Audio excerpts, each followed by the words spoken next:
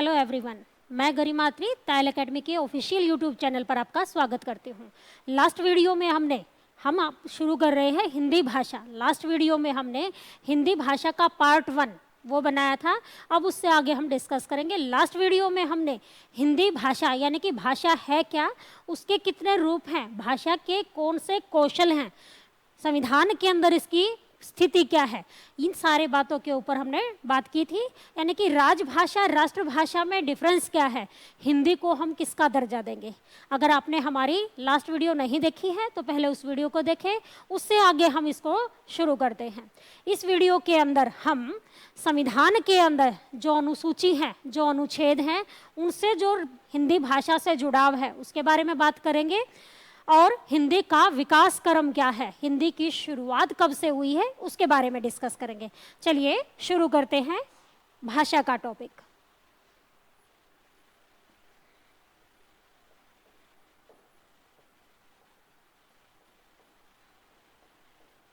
हिंदी भाषा सबसे पुरानी जो भाषा है वो कौन सी मानी जाती है, संस्कृत मानी जाती है।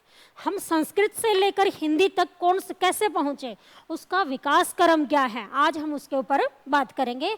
यानी कि हिंदी भाषा का विकास क्रम, हिंदी भाषा का विकास क्रम। सबसे पुरानी भाषा कौन सी मानी गई है, संस्कृत। हमारी सबसे प्राचीनतम भाषा का दर्जा जिसको दिया गया है वो है संस्कृत। ये जो एरो है ये विकास क्रम के लिए है। सबसे पहले संस्कृत आई थी, फिर उसके बाद पाली, फिर उसके बाद प्राकृत भाषा, पाली, प्राकृत, फिर उसके बाद अपभ्रंश, और ब्रैकेट में ही हम लिख देते हैं अवहट, क्योंकि ये दोनों कुछ हद तक समकालीन ही रही हैं। अगली है अवहट, फिर उसके बाद शुरू हो जाती है प्रारंभिक हिंदी, यानी कि हिंदी की शुरुआत। वो कौन सी है, प्रारंभिक हिंदी। सबसे पुरानी है संस्कृत, पाली, प्राकृत, अपभ्रंश, फिर जाकर आती है प्रारंभिक हिंदी। अब यहाँ ये विकास क्रम है। एग्जाम में, कंपटीशन के एग्जाम में कई बार ये क्वेश्चन आता है, हिंदी का सही विकास क्रम कौन सा है। वहाँ इन भाषाओं को सीक्वेंस से हटाकर आगे पीछे करके देते हैं ताकि हम उनको चेक कर सके सबसे पहले कौन सी आएगी। सबसे पहली है संस्कृत। मैंने ये विकास क्रम लिखा है, यानी कि सबसे पहले हम संस्कृत बोलते थे, उसके बाद भाषाओं का क्रम इस तरह से चला जो हम आके अब रुके हैं हिंदी पर। हिंदी की शुरुआत 1000 ईस्वी के आसपास से मानी जाती है। अब हम ये जो मैंने विकास क्रम लिखा है इससे रिलेटेड कुछ क्वेश्चन लिखेंगे। सबसे पहले है संस्कृत। संस्कृत से रिलेटेड 4 या 5 क्वेश्चन एग्जाम के अंदर पूछे जाते हैं। अब मैं यहाँ नीचे क्वेश्चन लिखूंगी, उन सारे क्वेश्चंस का, उन सभी प्रश्नों का उत्तर संस्कृत होगा। जैसे कई बार एग्जाम में क्वेश्चन पूछा जाता है, हिंदी की आदि जननी, हिंदी की आदि जननी कौन है, वो कौन रहेगी, संस्कृत। दूसरा जो क्वेश्चन है वो है सबसे प्राचीनतम भाषा। दूसरा हमारा क्वेश्चन रहेगा प्राचीनतम भाषा का दर्जा किसको दिया गया है।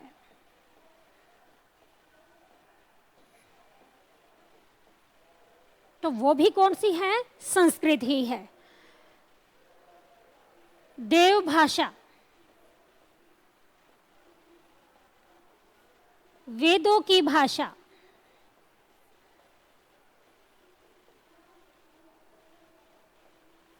देखिए सबसे पहला क्वेश्चन जुड़ा हुआ है हिंदी की आदि जननी। तो हिंदी की आदि जननी कौन है, संस्कृत है। प्राचीनतम भाषा या सबसे पुरानी भाषा कौन सी है, वो भी हमारी संस्कृत ही रहेगी। देवों की भाषा यानी कि देवताओं की भाषा भारत में किसको कहा गया है, वो भी हमारी संस्कृत ही रहेगी। वेदों की भाषा वो भी हमारी संस्कृत है। बहुत बार एग्जाम के अंदर एक क्वेश्चन पूछा जाता है, ऋग्वेद किस भाषा में लिखा गया, या कई बार यजुर्वेद आता है, कोई भी चारों वेदों में से क्वेश्चन आए तो हमारा जो आंसर है, उत्तर है, वो क्या रहेगा? संस्कृत। क्योंकि वेद चारों ही संस्कृत भाषा में लिखे गए हैं, जिस कारण उस भाषा का नाम क्या पड़ा, यानी कि उनको वेदों की भाषा कहा गया है। संस्कृत भाषा के दो रूप माने गए हैं। कौन कौन से हैं? संस्कृत भाषा के दो रूप हैं। कौन से? पहला है लौकिक संस्कृत, पहला है लौकिक संस्कृत और दूसरा है वैदिक संस्कृत। पहला लौकिक संस्कृत है, दूसरा वैदिक संस्कृत है। लौकिक संस्कृत का अर्थ क्या है? लोक साहित्य की भाषा। लोक साहित्य की भाषा, यानी कि जैसे अपने रामायण महाभारत है, ये भी संस्कृत में ही लिखे गए हैं, लेकिन कौन सी संस्कृत? लौकिक संस्कृत, ना कि वैदिक संस्कृत। वैदिक संस्कृत क्यों कहा गया है? इसका नाम क्यों है? क्योंकि ये इसके अंदर वेद लिखे गए हैं। वैदिक संस्कृत का अर्थ क्या है? वेदों की भाषा। इसलिए संस्कृत के दो पार्ट हैं, वैदिक और लौकिक। जिसमें वेद लिखे गए हैं वह वैदिक संस्कृत कहलाएगी, और जिसमें लोक साहित्य यानी कि रामायण महाभारत वगैरह लिखी गई हैं वो हमारी लौकिक संस्कृत है। अब एग्जाम में एक बार क्वेश्चन आया था, कौन सा? यही वेद से रिलेटेड ही लगा के चलते हैं। ऋग्वेद किस भाषा में लिखा गया है? और हमें फिर 4 ऑप्शन मिले थे। सबसे पहला ऑप्शन था संस्कृत, दूसरा ऑप्शन था वैदिक संस्कृत, तीसरा ऑप्शन है लौकिक संस्कृत और चौथा ऑप्शन था पाली। तो अब देखिए यहाँ आंसर क्या होगा? संस्कृत, वैदिक संस्कृत, लौकिक संस्कृत और पाली, चारों ही ऑप्शन दिए गए हैं। पाली से तो इसको हटा देंगे क्योंकि पाली संस्कृत के बाद में पैदा हुई, बाद में उससे उत्पन्न हुई, उसका उत्थान बाद में हुआ। लेकिन संस्कृत के ही दोनों पार्ट ऑप्शन में हैं। तो अब बताइए हमारा जो उत्तर है वो क्या होगा? हम संस्कृत भी नहीं कह सकते क्योंकि उसके दो पार्ट्स हैं, दो उसको भागों में विभाजित किया गया है, लौकिक और वैदिक। हमारा जो उत्तर होगा वो होगा वैदिक संस्कृत, क्योंकि उसका नाम वैदिक संस्कृत पड़ा ही इसीलिए था क्योंकि उसमें वेद लिखे गए थे। क्लियर हो रही है बात? क्योंकि उसमें वेद लिखे गए थे इसलिए उसको वैदिक संस्कृत का नाम दिया गया। तो वेदों की जो भाषा है वो कहलाती है वैदिक संस्कृत। यानी कि ये जो क्वेश्चन मैंने बोर्ड पे अभी लिखे हैं जो आपको दिख रहे हैं, इन सबको हम किससे जोड़ देंगे? संस्कृत से जोड़ देंगे। देवताओं की भाषा पूछी जाए, वेदों की भाषा हो, हिंदी की आदि जननी वो पूछा जाए, या हम कहें सबसे पुरानी यानी कि प्राचीनतम भाषा कौन सी है, तो भी हमारी कौन सी रहेगी? संस्कृत ही रहेगी। अब हम आगे चलते हैं, यानी कि संस्कृत के बाद बारी आ जाती है किसकी? पाली की। संस्कृत के बाद बारी आती है किसकी? पाली की। अब हम जो क्वेश्चन है वो आगे देखते हैं भी पाली से जुड़े हुए जो एग्जाम में क्वेश्चन आते हैं वो कौन से हैं। तो संस्कृत के बाद हमने लिखा पाली, तो हमारा जो दूसरा है संस्कृत के बाद आई पाली, इससे जुड़े हुए क्वेश्चन कौन से हैं जो एग्जाम के अंदर पूछे जाते हैं? इससे रिलेटेड 2 या 3 क्वेश्चन एग्जाम में पूछे जाते हैं, वो देखिए कौन से हैं।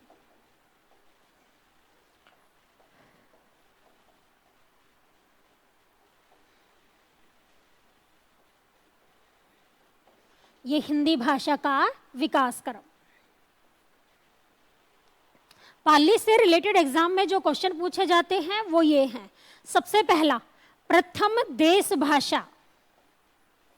प्रथम देश भाषा कौन सी है? और प्रथम सुनते ही बच्चों के दिमाग में आता है संस्कृत। भाई वो सबसे पुरानी है, लेकिन देश भाषा के रूप में पाली को जन्म दिया गया, यानी कि पाली को माना गया है। संस्कृत सबसे पुरानी है लेकिन प्रथम देश भाषा के रूप में पाली को माना गया। कहा जाता है क्योंकि जो संस्कृत है उसके ऊपर हर किसी का राइट नहीं था। देवताओं की भाषा थी, या जो उच्च कुल था, उच्च कुल का मतलब राजा महाराजा थे, वो संस्कृत के ऊपर अपना स्वामित्व समझते थे। वो कहते थे जिस भाषा का प्रयोग हम करते हैं आम नागरिक उसका प्रयोग नहीं कर सकते। और संस्कृत भाषा थोड़ी सी टिपिकल भी थी, थोड़ी सी मुश्किल थी, जो आम जनता के लिए मुश्किल था। तो संस्कृत का पतन हो गया, यानी कि संस्कृत का जो प्रभाव है वो थोड़ा सा कम हो गया। किसके आने के बाद? पाली के आने के बाद। वो पाली ही पहली भाषा है जो समस्त जीवन में, यानी कि सब लोगों के लिए एक समान यूज हुई थी। इसलिए प्रथम देश भाषा की अगर बात करें तो वो पाली होगी। दूसरा क्वेश्चन आता है, महात्मा बुद्ध के उपदेश। महात्मा बुद्ध ने अपने जो उपदेश हैं वो कौन सी भाषा में दिए?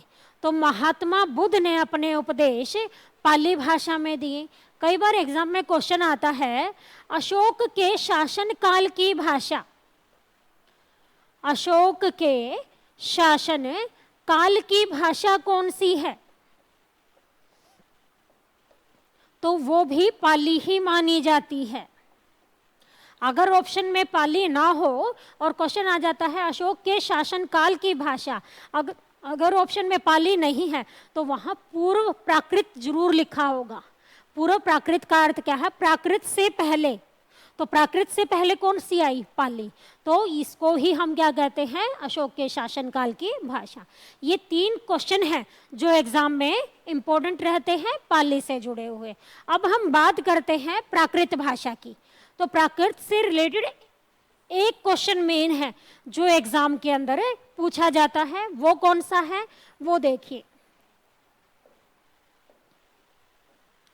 वो हमारा है महावीर स्वामी के उपदेश। महावीर स्वामी के उपदेश। महात्मा बुद्ध ने अपने उपदेश कौन सी भाषा में दिए? पाली भाषा में दिए। महात्मा बुद्ध ने अपने उपदेश पाली भाषा में दिए, लेकिन जो महावीर स्वामी हैं, जो महावीर स्वामी हैं, उन्होंने अपने उपदेश प्राकृत भाषा में दिए। तो महावीर स्वामी के उपदेश कौन सी भाषा में दिए गए? प्राकृत भाषा में दिए गए। और इसके बाद बारी आ जाती है अपभ्रंश की। अपभ्रंश का जो टाइम पीरियड है वो 500 साल के आसपास माना जाता है। उसी के अंदर अवहट भी पैदा हुई और इन दोनों का जो एंडिंग पॉइंट है वो 1000 ईस्वी माना जाता है, जहां से हिंदी भाषा का प्रारंभ हो जाता है। अपभ्रंश से रिलेटेड जो एग्जाम में क्वेश्चन आता है वो कौन सा है? एक बार वो देखेंगे।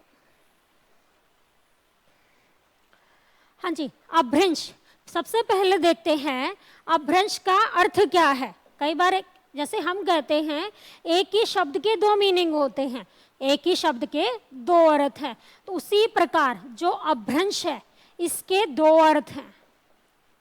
अपभ्रंश एक भाषा का नाम।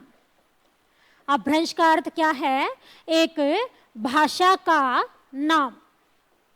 और अपभ्रंश का दूसरा मीनिंग क्या है? वो है पतन। वो कौन सा है? एक भाषा का नाम है और दूसरा अपभ्रंश का अर्थ क्या होता है? पतन। यानी कि एक ही शब्द के 2 अर्थ हैं। अपभ्रंश का अर्थ पतन भी होता है, अपभ्रंश का अर्थ यानी कि एक भाषा का भी नाम है। अब कई बार एग्जाम में क्वेश्चन आता है संस्कृत का अपभ्रंश कौन है? संस्कृत का अपभ्रंश कौन है? वहां बच्चों को क्वेश्चन ही नहीं समझ आता, या संस्कृत का अपभ्रंश किसने किया, या संस्कृत का अपभ्रंश कौन है।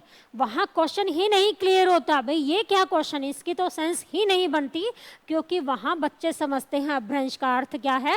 भाषा का नाम। भी संस्कृत का अपभ्रंश कौन है, लेकिन यहाँ हम क्वेश्चन दूसरा जोड़ देंगे, क्योंकि अपभ्रंश का एक अर्थ पतन भी होता है। यहाँ एग्जामिनर ने क्या पूछा है? संस्कृत का पतन किसने किया?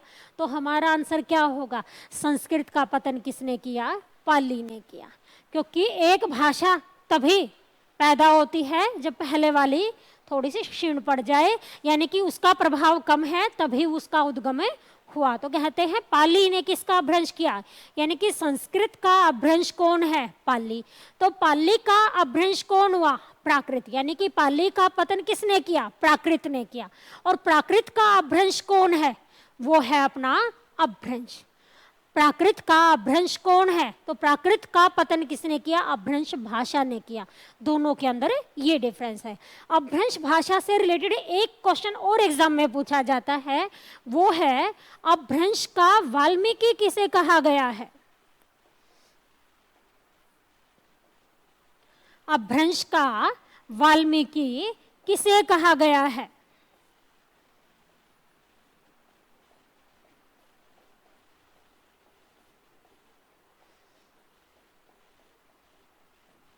अपभ्रंश का वाल्मीकि किसे कहा जाता है? तो अपभ्रंश का वाल्मीकि स्वयंभू को कहा गया है। अब ये स्वयंभू कौन है? ये अपभ्रंश भाषा के पहले कवि माना जाते हैं और बड़े ही विख्यात थे। क्यों? क्योंकि उन्होंने एक अपभ्रंश भाषा में राम काव्य लिखा था, पौम चरियु। तो जिसका अर्थ क्या होता है? राम काव्य। जैसे हमारे वाल्मीकि जी ने रामायण लिखी, कौन सी भाषा में? संस्कृत भाषा में। लेकिन जो ये स्वयंभू हैं, उन्होंने रामायण लिखी किस भाषा में? अपभ्रंश भाषा में। इसलिए दोनों को जोड़ दिया जाता है एक दूसरे के नाम के साथ। इसलिए कहा जाता है अपभ्रंश का वाल्मीकि कौन है? स्वयंभू। यानी कि इसको हम इस तरह भी देख सकते हैं, स्वयंभू ये कवि हैं। स्वयंभू कवि का नाम है, स्वयंभू को अपभ्रंश का वाल्मीकि कहा जाता है। ये हमारे क्वेश्चन का आंसर बन जाता है। तो क्वेश्चन क्या है? अब अपभ्रंश का वाल्मीकि किसे माना गया है? तो स्वयंभू को अपभ्रंश का वाल्मीकि कहा जाता है, क्योंकि उन्होंने राम काव्य लिखा था। कौन सी भाषा में? अपभ्रंश भाषा में। यहाँ हमारे दो क्वेश्चन और जुड़ जाते हैं। कौन कौन से जुड़ जाते हैं? सबसे पहला, अपभ्रंश भाषा का सबसे पहला कवि कौन है? तो वो कौन सा हो गया? स्वयंभू। दूसरा, अपभ्रंश का वाल्मीकि कौन है? तो भी स्वयंभू कहेंगे। या अपभ्रंश भाषा का सबसे प्रसिद्ध कवि कौन सा है? तो वो भी हमारा कौन रहेगा? स्वयंभू रहेगा। अब जो बात है अवहट की, वो देखते हैं। अवहट का अर्थ क्या है? यानी कि अवहट भी एक भाषा का ही नाम है, लेकिन इसके अंदर अधिक साहित्य का विकास नहीं हुआ। माना यही जाता है कि जो अपभ्रंश है वो 500 ईसा पूर्व से, यानी कि 500 से लेकर 1000 ईस्वी तक, ईसा पूर्व नहीं, 500 से लेकर 1000 ईस्वी तक रही। तो दोनों का जो टाइम है, अपभ्रंश के अंदर जो अवहट है उसको और उनको जोड़ दिया गया। इन शॉर्ट हम कह सकते हैं जो अपभ्रंश का काल है वही अवहट का काल भी माना गया है।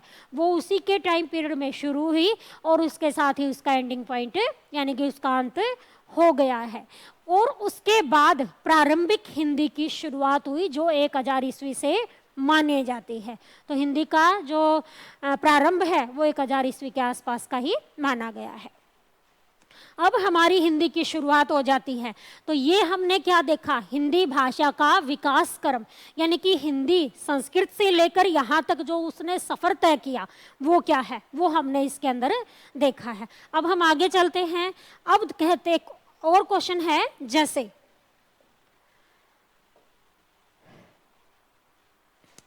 कई बार एग्जाम के अंदर क्वेश्चन आता है,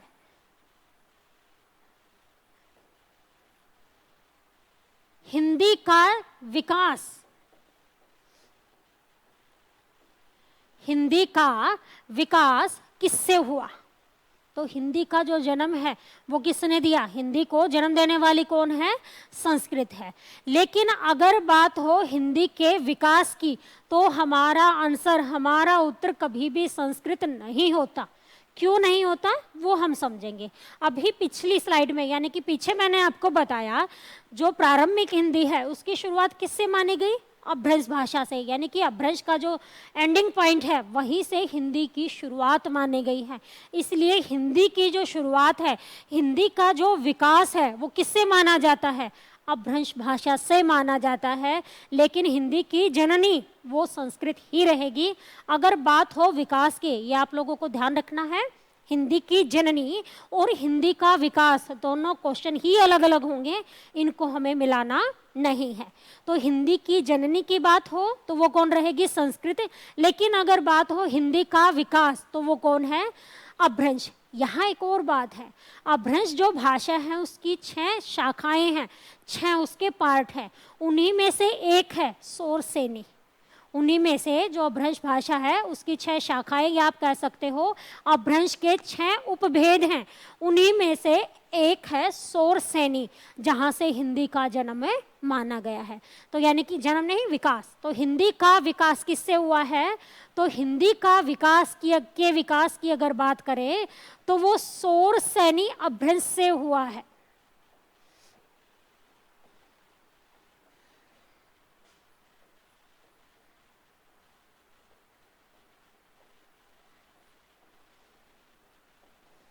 क्लियर है बात? हिंदी का विकास किससे माना जाता है? हिंदी का विकास सोरसेनी अपभ्रंश से माना जाता है। और हिंदी का जन्म यानी कि हिंदी की जो जननी है वो हमारी संस्कृत ही रहेगी, क्योंकि वो सबसे पुरानी भाषा का दर्जा उसको दिया गया है। अब हम बात करते हैं संविधान की। लास्ट वीडियो में हमने यही बताया था, राजभाषा जो शब्द है वो क्या है? एक संवैधानिक शब्द है। संवैधानिक क्यों है? यानी कि हिंदी की हमारे संविधान के अंदर पोजीशन क्या है, उसके बारे में हम लोग बात करेंगे। उससे पहले एक बात है, जैसे विश्व के अंदर लगभग 3000 भाषाएं हैं। विश्व में लगभग 3000 भाषाएं हैं, लेकिन क्या आपको पता है हिंदी का स्थान उनमें से कौन सा है? यानी कि विश्व में जो 3000 भाषाएं बोली जाती हैं उनमें से हिंदी का स्थान कौन सा है कुछ आपको ध्यान? यानी कि वो भाषा जो हम बोलते हैं, यानी कि जो हमारी हिंदी है, जो भारत की राजभाषा है, विश्व की 3000 भाषाओं में से उसका स्थान कौन सा होगा, वो हम इसके ऊपर अभी देखते हैं।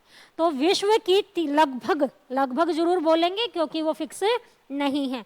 तो हिंदी की लगभग 3000 भाषाओं में से हिंदी का जो स्थान है वो तीसरा है। ये आप लोगों को बिल्कुल ध्यान रखनी बात है। हिंदी का स्थान कौन सा है विश्व की भाषाओं में? यानी कि बोलने वालों की संख्या के आधार पर विश्व में तीसरे नंबर पर हिंदी को चुना गया है। तो अब दिमाग में ये भी क्वेश्चन आएगा, पहला और दूसरा कौन सी भाषा का स्थान है? तो सबसे पहले हम देखते हैं, सबसे पहले नंबर पर जो विश्व में सबसे ज्यादा भाषा बोली जाती है वो चीन की एक भाषा है जिसको मैड्रिन, यानी कि हिंदी में जिसको मंदारिन कहा जाता है। यानी कि मैड्रिन जिसको बोला गया है, हिंदी में उसको मंदारिन बोलेंगे।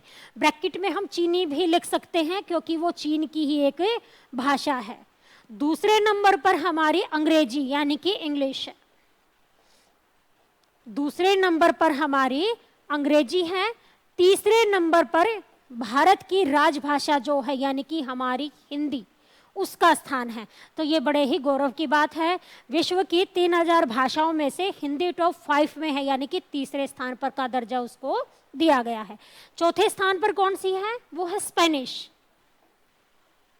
तीसरे स्थान पर हिंदी है और चौथे स्थान पर स्पेनिश है। तो ये आप लोगों को ध्यान रखना है, विश्व की भाषाओं में हिंदी का स्थान कौन सा है? तीसरे नंबर पर हिंदी बोली जाती है। अब आगे देखते हैं,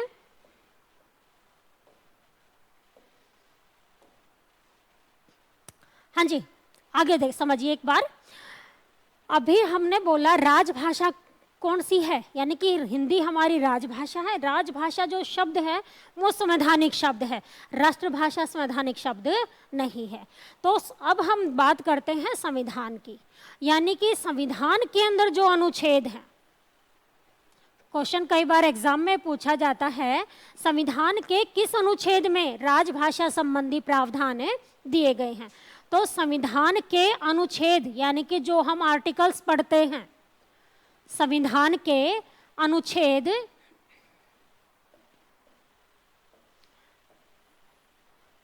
संविधान के अनुच्छेद 343 से लेकर 351 तक,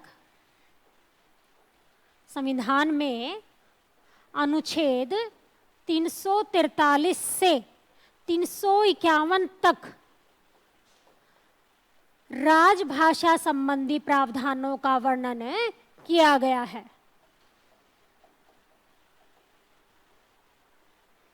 राजभाषा संबंधी प्रावधान दिए गए हैं। ये बहुत बार एग्जाम में क्वेश्चन पूछा जाता है। भाषा का जो हम ये टॉपिक कर रहे हैं, हिंदी भाषा का जो इतिहास है, ये मोस्ट इम्पॉर्टेंट है हर एग्ज़ाम के लिए। जब भी हम किसी कॉम्पिटिटिव एग्ज़ाम की बात करते हैं, वहाँ इस टॉपिक से क्वेश्चन आना कंपलसरी है। तो ये हिंदी भाषा, व्याकरण तो हम बाद में शुरू करते हैं, सबसे पहले भाषा क्या है वो हम इस टॉपिक के अंदर डिस्कस कर रहे हैं, उसके बारे में बात कर रहे हैं। तो कौन से आर्टिकल्स के अंदर, किस अनुच्छेद के अंदर? तो अनुच्छेद 343 से लेकर 351 तक राजभाषा संबंधी प्रावधानों का वर्णन किया गया है। हम छोटे में इसके बारे में एक बार मैं आपको बताऊं तो इन आर्टिकल्स के अंदर है क्या क्या इसके अंदर शामिल किया गया है। तो जो अनुच्छेद हैं 343 से लेकर 350 तक, उन सब के अंदर मिली जुली बात जो है वही है, क्या हिंदी हमारी राजभाषा है, इसकी लिपि देवनागरी है, न्याय की भाषा, शिक्षा की भाषा हमारी कौन सी रहेगी? हिंदी रहेगी। यानी कि इसी चीज को पूरे डिटेल से वहां पर वर्णित किया गया। यानी कि हिंदी भाषा से संबंधी अगर हमारे दिमाग में कोई क्वेश्चन है, यानी कि संविधान के अंदर उसकी स्थिति क्या है वो देखना है, तो हम इन आर्टिकल्स को पढ़ सकते हैं। 343 से लेकर 350 तक सेम यही बातें हैं जो बड़ी डिटेल से यानी कि विस्तृत तरीके से वहां पर दी गई हैं। लेकिन जो हमारा अनुच्छेद 351 है, उसमें जो मेन बात दी गई है वो क्या है? हमें हिंदी के विकास के लिए प्रयास करना चाहिए। ये जो निर्देश दिए गए हैं वो सिर्फ 351 के अंदर दिए गए हैं, ये आपको ध्यान रखना है। आर्टिकल 351 में, अनुच्छेद 351 के अंदर जो सबसे महत्वपूर्ण बात है वो क्या है? हमें हिंदी के प्रचार व प्रसार के लिए प्रयास करना चाहिए। ये जो निर्देश दिए गए हैं, ये जो सजेशन लगा लीजिए, सुझाव दिए गए हैं, ऑर्डर दिया गया है, वो कहाँ है? वो आर्टिकल 351 में है, अनुच्छेद 351 में है। तो ये हमने बात की अनुच्छेद की। अब हम बात करते हैं शेड्यूल्स यानी कि अनुसूची। संविधान के अंदर कितनी अनुसूचियां हैं? 12 अनुसूची। लेकिन क्या आपको पता है भाषा संबंधी अनुसूची कौन सी है और उसके अंदर भाषाएं कितनी हैं? तो संविधान के अंदर 12 अनुसूची हैं, उसमें से जो 8वीं अनुसूची है उसमें 22 प्रादेशिक भाषाओं का विवरण दिया गया है, 22 प्रादेशिक भाषाओं का वर्णन किया गया है। अब यहाँ क्वेश्चन आता है, जब संविधान लागू हुआ तब इनकी संख्या 22 ही थी? नहीं, जब संविधान की रचना हुई यानी कि संविधान लागू हुआ कब? 26 जनवरी 1950 को। तब जो भाषाएं हैं जो संविधान के अंदर शामिल की गई थी उनकी संख्या सिर्फ 14 थी। बाद में संशोधन होते गए और भाषाएं जुड़ती गई। अब 3 संशोधन हुए हैं जो भाषा संबंधी हैं। वो कौन कौन से हैं मैं आपको अभी करवा रही हूँ, उसको थोड़ा सा ध्यान से समझिए, क्योंकि ये जो टॉपिक हम कर रहे हैं ये मोस्ट इम्पोर्टेंट टॉपिक है, भाषा। क्योंकि भाषा होगी तभी उसके पार्ट बनेंगे, तभी हम उसकी व्याकरण करेंगे। तो ये अपना मोस्ट इम्पोर्टेंट टॉपिक रहेगा। तो अनुच्छेद आपको क्लियर हो गए होंगे। अब हम बात कर रहे हैं अनुसूची की। तो वो अनुसूचियां कौन सी हैं वो देखिए। हम देखते हैं संविधान की 8वीं अनुसूची में, संविधान की जो 8वीं अनुसूची है, अनुसूची में 22 प्रादेशिक भाषाओं का वर्णन है। 22 प्रादेशिक भाषाओं को मान्यता दी गई है या उनके बारे में बताया गया है। जब संविधान लागू हुआ उस समय ये प्रॉपर रूप से सिर्फ 14 ही थी। बाद में संशोधन होते गए, नई नई भाषाएं जुड़ती गई। जो शुरू में 14 भाषाएं थी वो कौन कौन सी हैं एक बार हम वो देखते हैं। जैसे सबसे पहले है, कुछ भाषाएं हैं जैसे असमिया, बांग्ला, गुजराती, उड़िया, उर्दू, कश्मीरी। 4 साउथ की भाषा थी यानी कि दक्षिणी भारत की, वो कौन कौन सी थी? तमिल, तेलुगु, कन्नड़, मलयालम।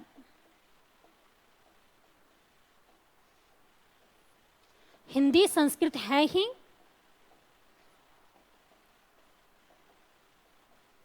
हिंदी संस्कृत, इसके अंदर पंजाबी,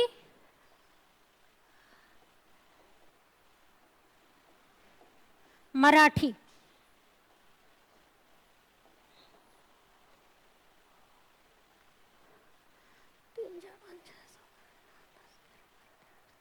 हाँ जी, ये हमारी कितनी भाषाएं हैं? 14 भाषाएं। जब संविधान लागू हुआ उस समय इनकी संख्या सिर्फ कितनी थी? 14 थी, जो मैंने यहाँ पर लिखी है, आप इसको नोट कीजिए।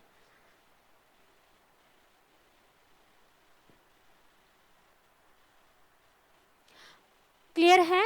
अब हम देखते हैं जब संविधान लागू हुआ उस समय भाषाओं की संख्या सिर्फ 14 थी, बाद में और कौन सी जुड़ी, यानी कि भाषा संबंधी जो पहला संशोधन हुआ वो कब हुआ? तो भाषा का संबंधी जो सबसे पहला संशोधन हुआ वो देखिए, सबसे पहले भाषा का जो संशोधन वो हुआ वो है 21वां संशोधन। हम जो ये टॉपिक कर रहे हैं ये है भाषा का इतिहास, यानी कि भाषा की हिस्ट्री क्या है, हमारी जो हिंदी भाषा है वो किससे जुड़ी हुई है, किस किस तरह से ये हम इसका यूज कर रहे हैं। 21वां संशोधन जो कब हुआ था? 1967 में, 1967 में। इसके अंदर 1967 में सिंधी भाषा को, इसमें सिंधी भाषा को जोड़ा गया।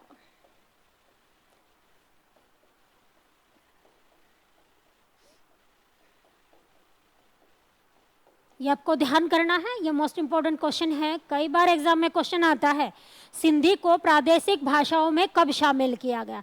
तो सिंधी को प्रादेशिक भाषाओं में 1967 में किस संशोधन के तहत? 21वें संशोधन के अंदर शामिल किया गया था। और ये भाषा का पहला संशोधन, संशोधन यानी कि फेरबदल, जो चेंजेस हम करते हैं वो है। अब दूसरा जो संशोधन हुआ था वो था 71वां संशोधन। पहला 21वां संशोधन था, जो दूसरा संशोधन हुआ वो कौन सा था? 71वां संशोधन। ये कब हुआ? ये 1992 में हुआ, 1992 में। अब 3 भाषाएं इसके अंदर जोड़ी गई थी, वो कौन कौन सी थी? वो थी कोंकणी, मणिपुरी और नेपाली। कोंकणी, मणिपुरी और नेपाली। अब भाषाओं की संख्या कितनी हो जाती है? 14 शुरू में थी, फिर सिंधी जुड़ी 15, और अब 3 भाषाएं और जुड़ गई। इस तरह से भाषाओं की संख्या कितनी हो गई? 18।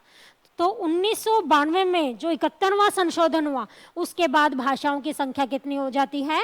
18। अब 4 भाषाएं और जुड़ी, किसमें? जो 92वां संशोधन हुआ वो कौन सा है वो भी देखेंगे एक बार। 92 यानी कि जो 92वां संशोधन है वो कब हुआ?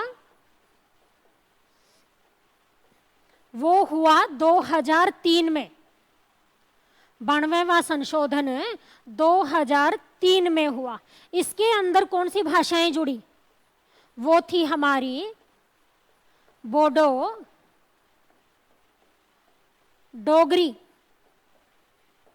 मैथिली और संथाली। ये जो 4 भाषाएं जुड़ी, ये कब जुड़ी? जब 92वां संशोधन हुआ। कब? 2003 में। अब हमारे भाषाओं की संख्या कितनी हो जाती है? 22। यानी कि 8वीं अनुसूची जो किससे रिलेटेड है? हिंदी भाषा के, हिंदी भाषा से संबंधित है। तो उसमें कितनी प्रादेशिक भाषाओं का वर्णन किया गया है? इसके अंदर 8वीं अनुसूची में 22 प्रादेशिक भाषाओं का विवरण है, जो अब यहाँ पर लिखी गई हैं। भाषा संबंधित 300 संशोधन हुए हैं। 21वां संशोधन, 71वां संशोधन और 1992वां संशोधन। शायद आपको ये बात, उम्मीद करती हूँ, शायद नहीं उम्मीद करती हूँ ये बात आपको क्लियर हो गई होगी। भाई संविधान के अंदर कौन सी अनुसूची में भाषा का दर्जा है, कहाँ कहाँ इनका विवरण है और किस आर्टिकल के अंदर यानी कि अनुच्छेद में इसका विवरण किया गया है। अब हम एक और चीज पढ़ेंगे, वो कौन सी है वो देखिए।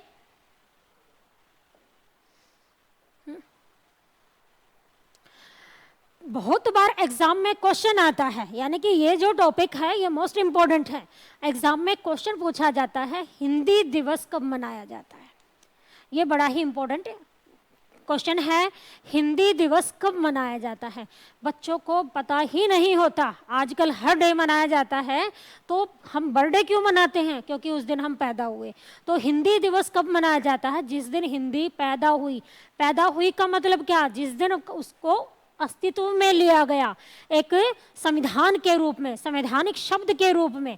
तो हिंदी का जो जन्म है कब माना जाता है, या हम कह सकते हैं हिंदी दिवस कब मनाया जाता है? 14 सितंबर 1949 को, यानी कि 14 सितंबर हिंदी दिवस के रूप में मनाया जाता है। क्यों? रीजन क्या है? क्योंकि 14 सितंबर 1949 को हिंदी को राजभाषा का दर्जा दिया गया था।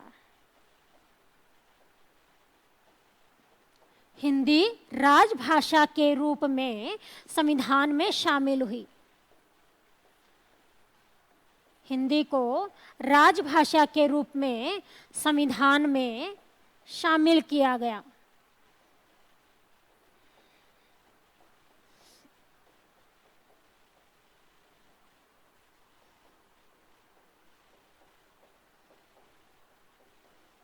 इसीलिए 14 सितंबर किस रूप में जाना जाता है? हिंदी दिवस।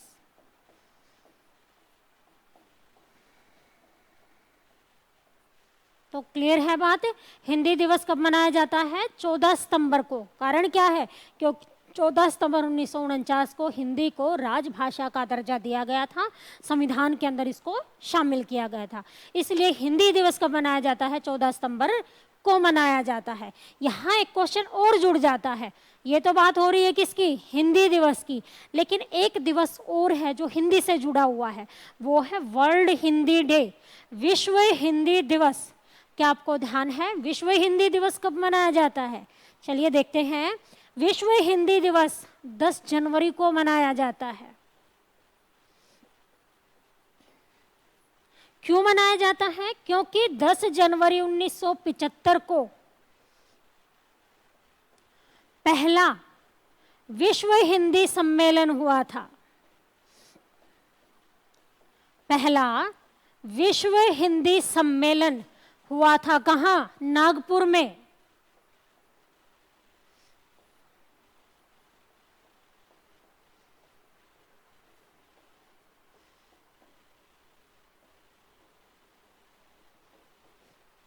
दस जनवरी 1975 को पहला विश्व हिंदी सम्मेलन हुआ था। इसीलिए 10 जनवरी क्या किस नाम से जानी जाती है? विश्व हिंदी दिवस, यानी कि वर्ल्ड हिंदी डे, विश्व हिंदी दिवस।